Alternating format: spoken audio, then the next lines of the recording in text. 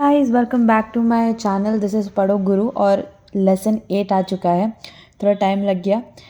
Securitisation lesson 8 है and let's start. Time waste नहीं करेंगे हम लोग, ठीक है। और लर्निंग ऑब्जेक्टिव देख लेते हैं क्या क्या है। हम लोग कॉन्सेप्ट करेंगे, हम लोग मीनिंग करेंगे, हम लोग प्रोसेस जानेंगे। तो मैं आप सबको पहले एक चीज़ तो बता दूं कि ये जो है process, this is the most important part. आप कुछ और पढ़ के जाओ ना जाओ, ये तो बिल्कुल ज़रूर ही पढ़ के जाना है, ठीक है। और कॉन्सेप्ट वगैरह, कॉन्सेप्ट मीनिंग वगैरह करके जाना है। उसके अलावा एडवांटेज ये भी इसके साथ ही प्लस होकर मतलब आप ऐड करके लिख सकते हो, बट ये टॉपिक मस्ट है, ठीक है। हम लोग अब आगे चलते हैं, मीनिंग से शुरू करते हैं। सिक्योरिटाइजेशन क्या होता है? The process of converting illiquid financial asset into marketable securities. Basically banks, अगर हम लोग देखें तो बैंक्स के पास एसेट्स हैं। अब एसेट्स बैंक के पास तो हैं, आपको लगेगा यार अच्छी बात है एसेट्स हैं, पर एसेट किसके फॉर्म में? इन लोगों ने लोन दिए हुए हैं सबको। क्या दिया हुआ है? लोन दिया हुआ है। अब लोन दिया हुआ है तो अभी तो पैसे नहीं आएंगे, काफ़ी 1 साल हो सकता है, मेचोरिटी कुछ भी हो सकती है ना, मेचोरिटी का तो कुछ पता ही नहीं है। बट बैंक को तो पैसा अभी चाहिए ना। दो ये एसेट है पर इलिक्विड है बैंक के लिए, है तो लोन के फॉर्म में। क्या पता बैड डेट होता है, क्या पता पैसे दे ना, एनपीए हो जाए वो, है ना। तो इससे क्या होता है, जब बैंक के पास एसेट और जब बैंक को पता है कि यार ये ना नियर फ्यूचर में हम कैश तो कर नहीं पाएंगे और अभी हमें कैश चाहिए, तो वो क्या करते हैं, यही सबको ना कन्वर्ट करके एक मार्केटेबल सिक्योरिटी, मतलब बेसिकली इसके ऐसे पैकेजेस बना देते हैं ऐसे ऐसे करके, और फिर इसको बेच देते हैं आगे और उनको इमीडिएट पैसा मिल जाता है, राइट। और फिर अब जो इंटरेस्ट जैसे इस पे आएगा, लोन पे जो बैंक को इंटरेस्ट आएगा, वो इंटरेस्ट कहाँ चला जाएगा? वो इन्वेस्टर को चला जाएगा जो जिन्होंने ये पैकेज गुड्स लिए हैं, ठीक है। इट इन्वॉल्व्स पूलिंग, पूलिंग मतलब इकट्ठा करके एक साथ सिमिलर फाइनेंशियल एसेट, एक जैसे फाइनेंशियल एसेट को हम लोग साथ में इकट्ठा करके एक पैकेज बना के आगे बेचते हैं। Conversion of these asset into tradable instrument, जो ट्रेड हो सके। ऑब्जेक्टिव क्या है? लिक्विडिटी इंप्रूव करने के लिए, है ना। क्रेडिट रिस्क ही तो है लोन, उसके लिए बैंक्स के लिए एसेट या कुछ भी क्रेडिट रिस्क तो है कि क्या पता पैसे ना दे, तो वो ट्रांसफ़र कर दिया। अब आपको चिंता नहीं है, अब तो आपके पैसे आ गए हैं, आप आगे और लोन दे सकते हो। और स्ट्रेंथनिंग द बैलेंस शीट, ठीक है। बैलेंस शीट स्ट्रेंथन करने में भी हेल्प करता है ऑफ फाइनेंशियल इंस्टीट्यूशंस, ठीक है। क्या एसेट इसमें कॉमनली यूज़ होते हैं? लोन्स होते हैं और रिसीवेबल्स, ठीक है। Securitisation helps financial institution unlock blocked funds and improve asset liability management. unlock block fund में ब्लॉक मतलब वही इलिक्विड है, ब्लॉक मतलब इलिक्विड है, ब्लॉक्ड है, हम उसका कुछ कर नहीं सकते, तो हम उसको अनलॉक करने के लिए सिक्योरिटाइजेशन यूज़ कर सकते हैं, है ना। और एसेट लाइबिलिटी मैनेजमेंट, लाइबिलिटी इसका मतलब क्या है? हमें पैसा देना है बैंक वालों को, पैसा बैंक वालों ने देना है, उनके लिए वो लाइबिलिटी। और वो पैसा कहाँ से आएगा? वो एसेट से आएगा। अगर एसेट ही ब्लॉक्ड है तो वो पैसा कैसे देंगे? तो इम्प्रूव करता है एसेट लाइबिलिटी मैनेजमेंट। अब नीड क्या है? दो हम लोगों ने नीड बातों बातों में पढ़ लिए, बट पहली बात तो एसेट लाइबिलिटी मिसमैच, मतलब लाइबिलिटी के पैसे अभी चाहिए, एसेट बाद में जाके लिक्विड हो रहा है, तो ये मिसमैच हो जाता है, ठीक है। कैपिटल कॉन्स्टेंट मतलब अभी फंसा हुआ है कैपिटल, है ना, हमें चाहिए कैपिटल। फिर securitisation helps in release capital tied up in long term loans, है ना। Improve liquidity positions. It supports better risk management, क्योंकि हम लोग क्रेडिट रिस्क किसी और को ट्रांसफ़र कर रहे हैं। And efficient allocation of financial resources. हमेशा याद रखना, पैसे हैं बट इलिक्विड फॉर्म में है तो आपका पैसा कुछ भी नहीं बन रहा है, आपको एलोकेशन करना बहुत ज़रूरी है। और इस वे में बैंक्स एफिशिएंटली एलोकेट कर सकते हैं अपने financial resources. Securitisation gain importance due to rising NPA. अब इसे एनपीए का तो फिक्र ही नहीं होगी, क्योंकि हम लोग पहले ही उसको ग्रुप करके बेच दे रहे हैं, तो हम हमारे एसेट ही नहीं है वो, है ना। Need for balance sheet restructuring, ठीक है। अब ये आ जाता है हमारा जो सबसे मेजर पॉइंट है, इसको मैंने बढ़ा के लिखा हुआ है, तो इसलिए आपको इसे छोटे छोटे पॉइंटर्स ने लिखा है कि आप इसमें से याद कर सकें। The securitization process is a structured and sequential mechanism through which illiquid financial assets are converted into marketable security. अब हम देखेंगे कैसे ये लोग कन्वर्ट करते हैं, ठीक है। पहले हम करेंगे आइडेंटिफाई। हम लोगों ने पढ़ा था कि सिमिलर प्रोडक्ट्स जाते हैं, तो हम आइडेंटिफिकेशन करेंगे और एक क्रिएशन पूल क्या बोलते हैं क्रिएट करेंगे। ठीक है, अब पढ़ते हैं। The first step in securitisation is the identification and selection of homogeneous. Homogeneous मतलब similar, same type of securities. Financial assets by originator usually a bank और अ नॉन बैंकिंग NBFCs। ठीक है, ओरिजिनेटर कौन से हैं, बैंक है या फिर NBFCs है। These asset must have predictable and stable cash flow, है ना।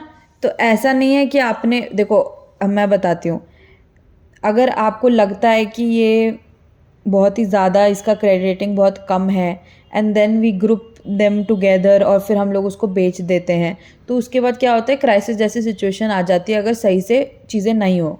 तो हमें हमेशा याद रखना है कि जो एसेट्स की क्वालिटी है वो प्रिडिक्टेबल है, वो स्टेबल कैश फ्लो देता हो। एसेट आर पूल्ड, किस बेसिस पे पूल होता है, पहले तो टाइप ऑफ एसेट। एक होम लोन को सबको साथ में कर गया, वो मॉर्गेज बैक सिक्योरिटीज़ होती है, MBS मॉर्गेज बैक सिक्योरिटीज़ आ गई। ऑटो लोन्स को साथ में कर दिया, क्रेडिट कार्ड रिसीवेबल्स को कर दिया, या फिर इंटरेस्ट रेट के हिसाब से होम लोन ऑटो लोन में दोनों में 5% या 10% का इंटरेस्ट रेट लग रहा है, तो हम इन लोग को ग्रुप करके आगे कर दिया, क्योंकि इंटरेस्ट रेट तो सेम है ना, चाहे उसके अंदर का प्रोडक्ट कुछ भी हो, है ना। मैच्योरिटी पीरियड दोनों एक टाइम पे मैच्योर हो रहे हैं, वही बात है, अंदर का कुछ भी हो, हम लोगों को लास्ट में क्या है, हमें लास्ट में है कि पैसे कितना मिल रहा है और मैच्योरिटी क्या है। फिर क्रेडिट क्वालिटी सबकी, जैसे अब मैंने बताया, सारे डिफ़ॉल्ट वाले को बढ़ाकर हम लोगों ने आगे कर दिया, क्योंकि अगर हम डिफ़ॉल्ट वाले को इकट्ठा करके आगे बेचेंगे ना, तो उसकी जो क्रेडिट रेटिंग है ना, क्रेडिट क्वालिटी है, वो अगर अच्छे वालों के साथ मिक्स करके डालेंगे, है ना, तो थोड़ी सी बढ़ जाती है, वो एक टियर में आ जाता है कि अच्छा नीचे वाला। ठीक है, pooling helps in risk diversification. हमने रिस्क डाइवर्सिफाई कर दिया, हमने अलग अलग टाइप के अलग, अब होम लोन का डाल दिया, अब एक ही का डालते तो क्या पता प्रॉब्लम हो जाती, तो हमने होम लोन भी डाल दिया, ये भी डाल दिया, वो भी डाल दिया, ऐसे डाल दिया, तो डाइवर्सिफिकेशन हुई ना। As the default of one borrower is offset by the payment of others.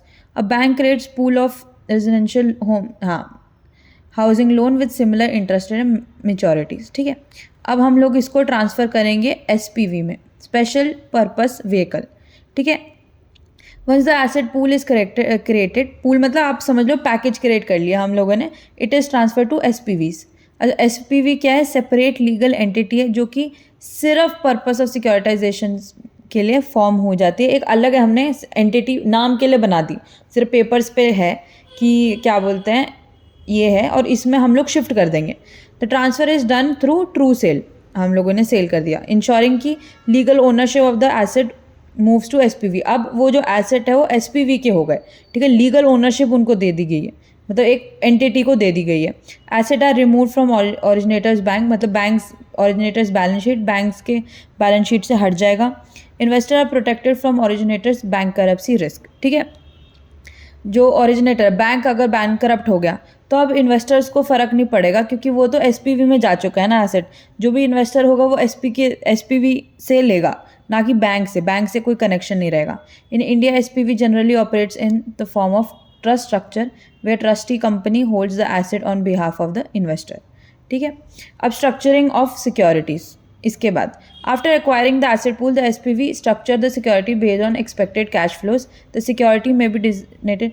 तो अब SPV क्या करता है, उसके भी स्ट्रक्चर बनाता है, अब पूल तो मिल गया, उसका भी स्ट्रक्चर बनाता है, जैसे डिफरेंट मैच्योरिटी का हो गया, डिफरेंट रिस्क लेवल का होगा, डिफरेंट रिटर्न का होगा। दिस स्ट्रक्चर में इन्वॉल्व ट्रांचेस, मैंने आपको बताया ना, ऐसे ट्रांचेस बना देते हैं।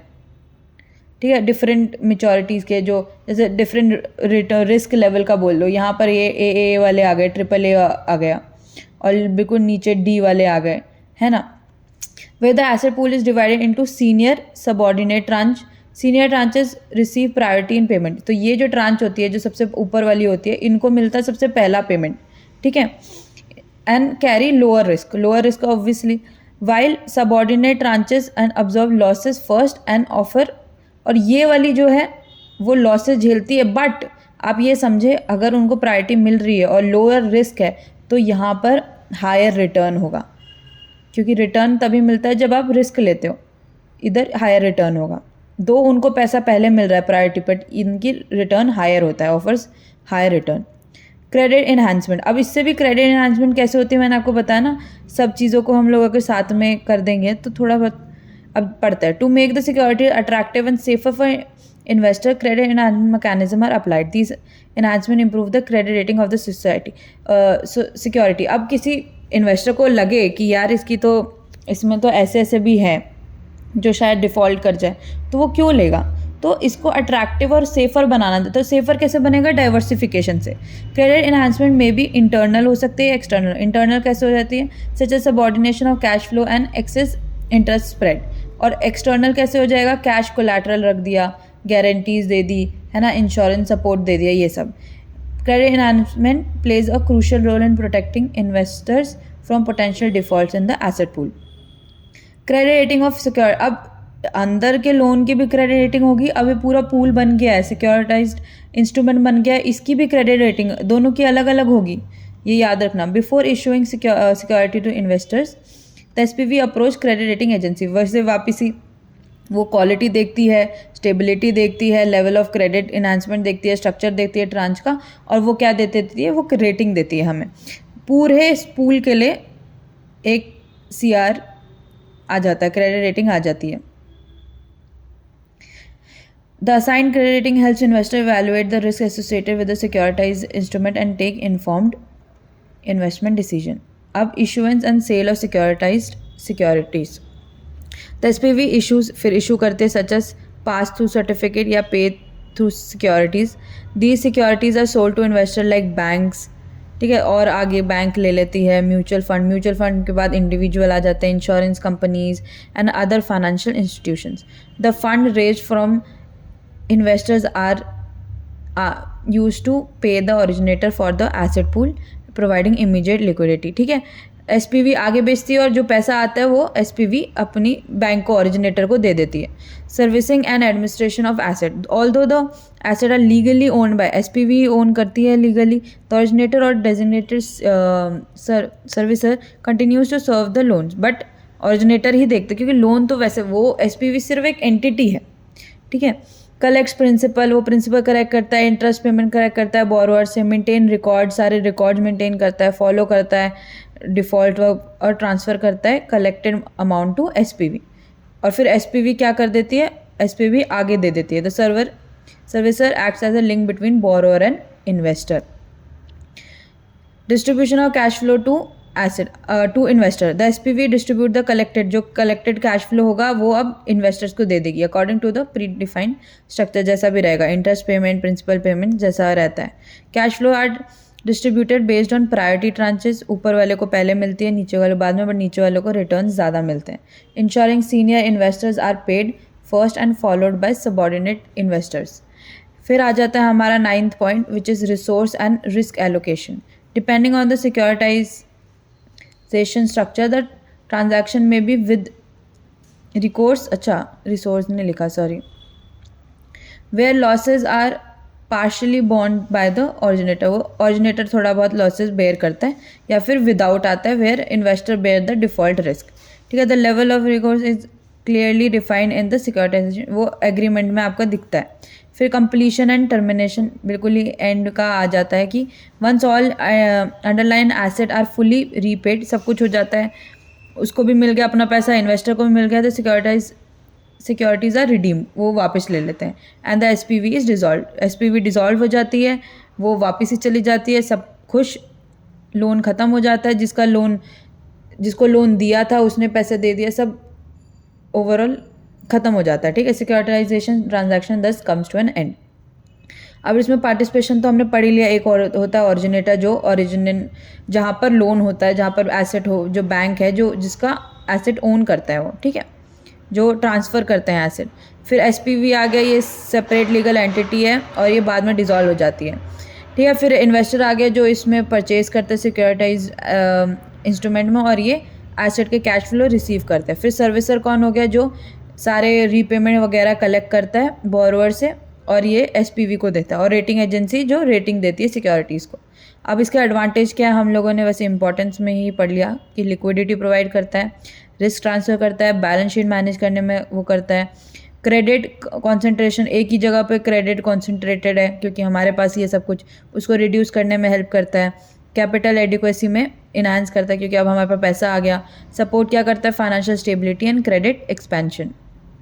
अब लिमिटेशन क्या है? कॉम्प्लेक्सिटी बहुत, मतलब एक सिक्योरिटाइजेशन, एक नॉर्मल इंसान के लिए ये स्ट्रक्चर समझना बहुत मुश्किल है, कॉम्प्लेक्स स्ट्रक्चर है, इसलिए हमने बहुत इजी वे में समझाया है। इससे ज़्यादा डीपर जा सकते हैं हम लोग, है ना, बट आप मत जाइए, आप सिर्फ उतना याद करिए जितना आपको दिख रहा है, ठीक है। डिपेंडेंसी क्या है? एक्यूरेट एसेट वैल्यूएशन सही से हो, है ना, कभी कभार नहीं होती है, कभी कभार फॉल्टी निकलती है। प्रॉपर रिस्क असेसमेंट हो। पॉसिबिलिटी क्या है? मिस प्राइस हो जाए कोई रिस्क, इतना ना था इतना, ओवर रिलायंस हो गया रेटिंग्स में। रेटिंग्स मैंने आपको बताया, हो सकता है, गारंटी नहीं है कोई भी, सिर्फ ओपिनियन है। और लीगल रेगुलेटरी चैलेंजेस भी आते रहते हैं। अब इसका सिक्योरिटाइजेशन का रोल क्या था? पहली बात तो इसने ऑब्वियसली स्ट्रेंथनिंग, है ना, और इसने एसेट क्वालिटी इंप्रूव करा, एनपीए मैनेज करा, प्रॉफिटेबिलिटी इंप्रूव करा, और क्या सपोर्ट करा? डेवलपमेंट ऑफ फाइनेंशियल मार्केट, क्योंकि फाइनेंशियल मार्केट कैसे, अगर बैंक के पास पैसा है वो आगे लोन दे सकती है, ग्रोथ चल रहा है, एक सर्कल कंटिन्यूसली चले ही जा रहा है, तो डेवलपमेंट तो होगी, और एफिशिएंट क्रेडिट डिलीवरी। फिर इंपॉर्टेंस फिर से देख लेते हैं। लिक्विडिटी, फाइनेंशियल इनोवेशन इंकरेज क्या करता है? Efficient use of capital, stability लाता है, ग्रोथ लाता है। Conclusion, securitization is an important financial mechanism for managing risk, improving liquidity, strengthening balance sheet. When properly regulated, securitization support financial sector reforms को, क्योंकि growth लाने में हेल्प करता है। ये कैसे हेल्प करता है? क्योंकि लिक्विडिटी क्या बोलते हैं हमें, ये ड्राइंग मैं मिटा ही देती हूँ, लिक्विडिटी लाने में हेल्प करता है। और लिक्विडिटी सबसे बड़ी वजह, किसी पैसा सबसे बड़ी चीज़ है। Enhancing efficiency of financial institution. It plays a crucial role in modern banking and financial system. इसके साथ ही हमारा चैप्टर हो जाता है ख़त्म। It was a very short chapter, है ना। दो इसमें आप लिखकर ज़्यादा आएंगे, और इसमें से क्या लिखेंगे आप? प्रोसेस। आप लोग प्लीज़ ऐसा करें, पोस्ट देखें, पोस्ट देखें। मैं उधर आपका जो भी आपने बोला ना पीडीएफ चाहिए, I try to put it there, ठीक है। पीडीएफ नहीं होगा, मैं आपको जितना भी मेन पॉइंटर्स है जो उसके मैं स्क्रीनशॉट उधर डाल देती हूँ अलग से निकाल के, कि आपके पास कंटेंट ज़्यादा हो, क्योंकि ये कंटेंट थोड़ा छोटा है ना, तो इससे आप लिख नहीं पाओगे, तो मैं आपको प्रॉपर देती हूँ, और आप जाके उसमें से याद कर लीजिए। और समझने के लिए आप मेरी वीडियो देखें, क्योंकि समझना ज़्यादा इंपॉर्टेंट है रादर देन रटना, क्योंकि रटने से फिर आपको लास्ट में याद नहीं आएगी चीज़ें। ओके, तो यहीं पे मैं एंड करती हूँ। ये प्यारा सा चैप्टर है ये। Thank you guys. मैं 2 चैप्टर लेसन बचे, मैं उसको भी जल्दी से अपलोड करती हूँ। Thank you everyone, thank you for joining, and पढ़ो गुरु। Thank you.